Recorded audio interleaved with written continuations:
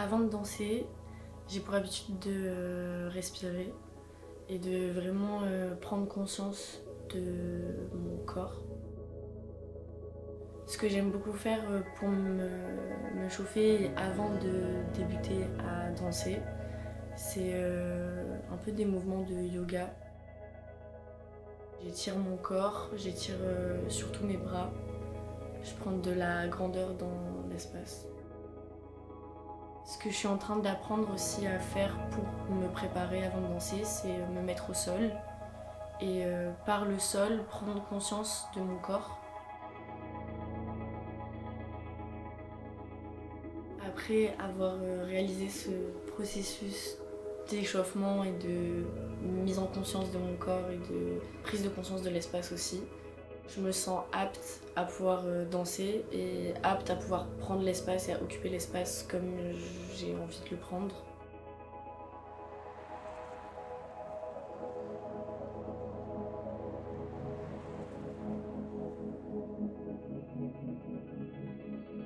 L'improvisation, c'est ce qu'on ressent à l'intérieur, un peu comme s'il y avait un fluide à l'intérieur du corps.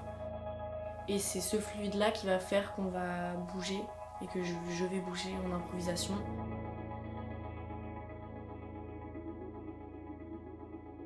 Et l'improvisation, elle n'est pas du tout calculée.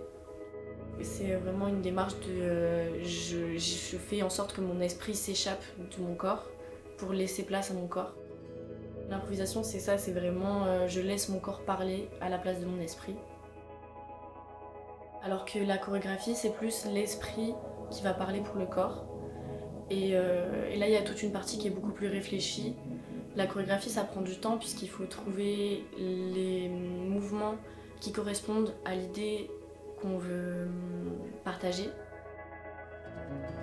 Il y a quelque chose qui est quand même beaucoup plus écrit et même la chorégraphie, ça peut s'écrire sur un carnet ou dans des notes ou n'importe quoi pour que justement après cette chorégraphie-là, on puisse la retrouver et la retranscrire et aussi la repartager plusieurs fois et pouvoir la refaire plusieurs fois.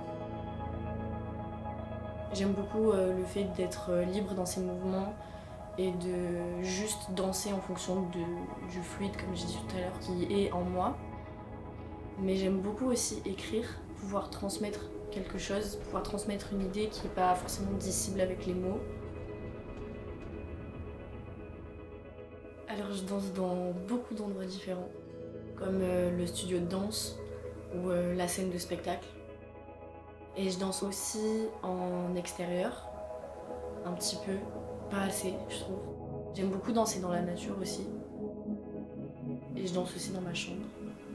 Parce que bah voilà, quand j'ai envie de danser, je vais pas forcément aller dans un studio de danse, je vais pas forcément me déplacer puisque c'est sur le moment que j'ai cette envie-là de danser et de laisser mon corps parler à ma place.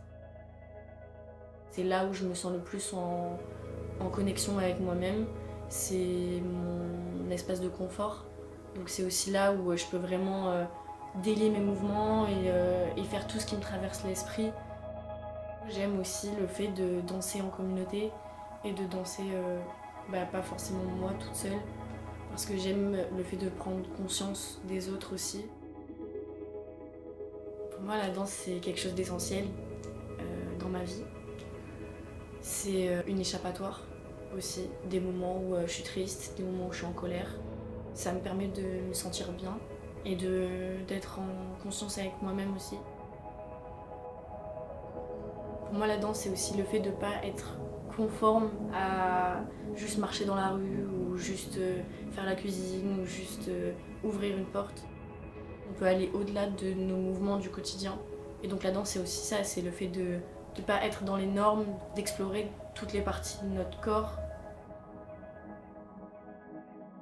Pour moi, la danse, c'est la beauté du corps. La beauté du corps humain qui est en mouvement et que ce corps-là, il est capable de dire quelque chose.